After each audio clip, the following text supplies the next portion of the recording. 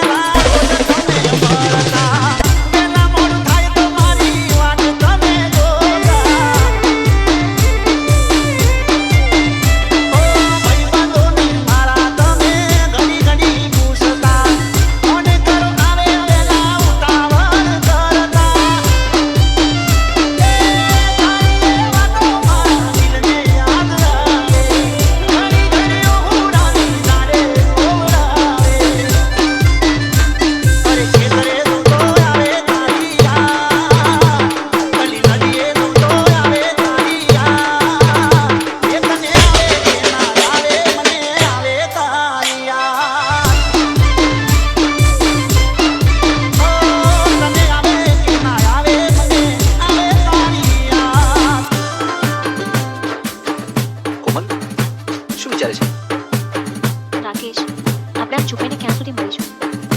તું જાણે છે ને કે મારા પપ્પાને કેન્સર છે અને એમની છેલ્લી ઈચ્છા છે કે મારા લગ્ન એક પૈસાદાર વ્યક્તિ સાથે થાય. હા તો રાકેશ, મારા પપ્પા તને આ સ્થિતિમાં ક્યારેય નહીં સ્વીકારે. તું કંઈ એવું વિચાર જેનાથી તું મોટો વ્યક્તિ બની જાય અને હું આપણા લગ્નની વાત ઘરે કરી શકું. કોમલ, હું તારા સમ ખાઈને કહું છું કે હું શહેરમાં જઈશ, ખૂબ મહેનત કરીશ, બહુ મોટો અમીર વ્યક્તિ બનીશ, પણ તું મને વચન આપ કે તું મારી રાહ જોઈશ. જોઈશ ને? કોમલ, તે મારી રાહ કેમ ના જોઈ? રાકેશ, તને તો ખબર છે ને કે મારા પપ્પાને કેન્સર હતું અને જીવતે જીવ મને એક સુખી પરિવારમાં જોવા માંગતા હતા. રાકેશ, તારા શહેરમાં ગયા પછી મેં તારી બહુ જ રાહ જોઈ, પણ તારો કોઈ અતો પતો જ નહોતો અને એ વાતને વર્ષો વીતી ગયા. રાકેશ, અને એ દરમિયાન મારા પપ્પાએ મરણ પથારીમાં જ એમના મિત્રના દીકરા સાથે મારા લગ્ન નક્કી કરી નાખ્યા અને એ ઘટના જ એવી બની કે એમાં હું કંઈ જ ના બોલી શકું. રાકેશ, મને તો પ્લીઝ મને માફ કરી